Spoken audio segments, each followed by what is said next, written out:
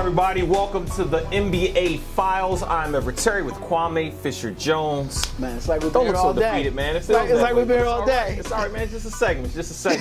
So, let me ask you a quick question. Real quick question. Because the Knicks It is a quick question. have actually looked pretty good this year. You know, better than what a lot of people expected with the movement of Melo, et cetera, et cetera.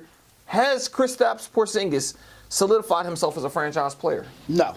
No. That's why when you say it's a quick question, it's a quick answer. And I could go more in depth. But to me, he's Bernard King.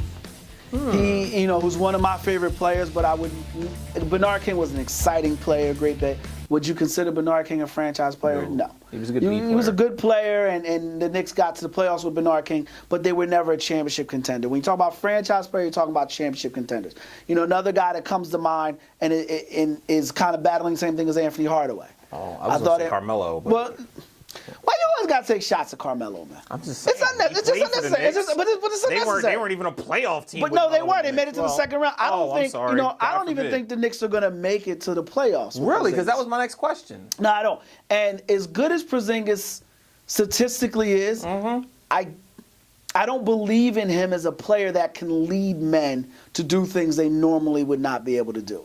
I don't think he can lead players to exceed their self-inflicted limits. That's what a franchise player does. What are you basing that on? I'm basing that on his tenure thus far in the league. He played with a malcontent guy who wasn't playing that malcontent managed to play in a way. Look, I'm not bad. This isn't about Porzingis versus Carmelo. This is about Porzingis being a New York Knick. How many games does he play without Melo? I don't know. I don't care. 28.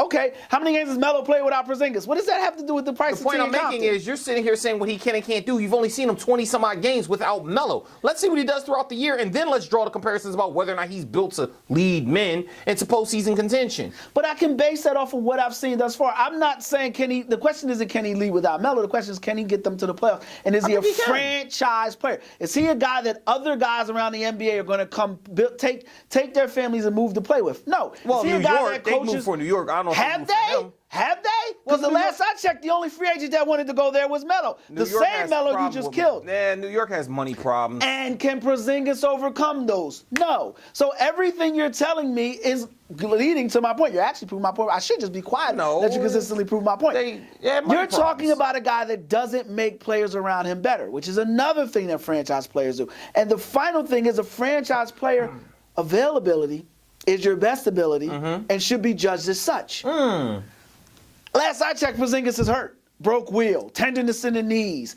not going to show up for 34 up like 2 nights ago. And he came out of a game 4 nights ago for an injury, a rolled ankle. Okay. That's Porzingis, and that's why I compared him to Bernard King. That's why I compared him to other players who you believed had higher ceilings, but the results were indicative of their talent. The productivity was indicative of their talent. Injured men, injuries are part of the game. Right. So, no, I don't think he's a franchise player. I don't think he'll lead the Knicks to plus, but it'll be fun to watch. The NBA Files.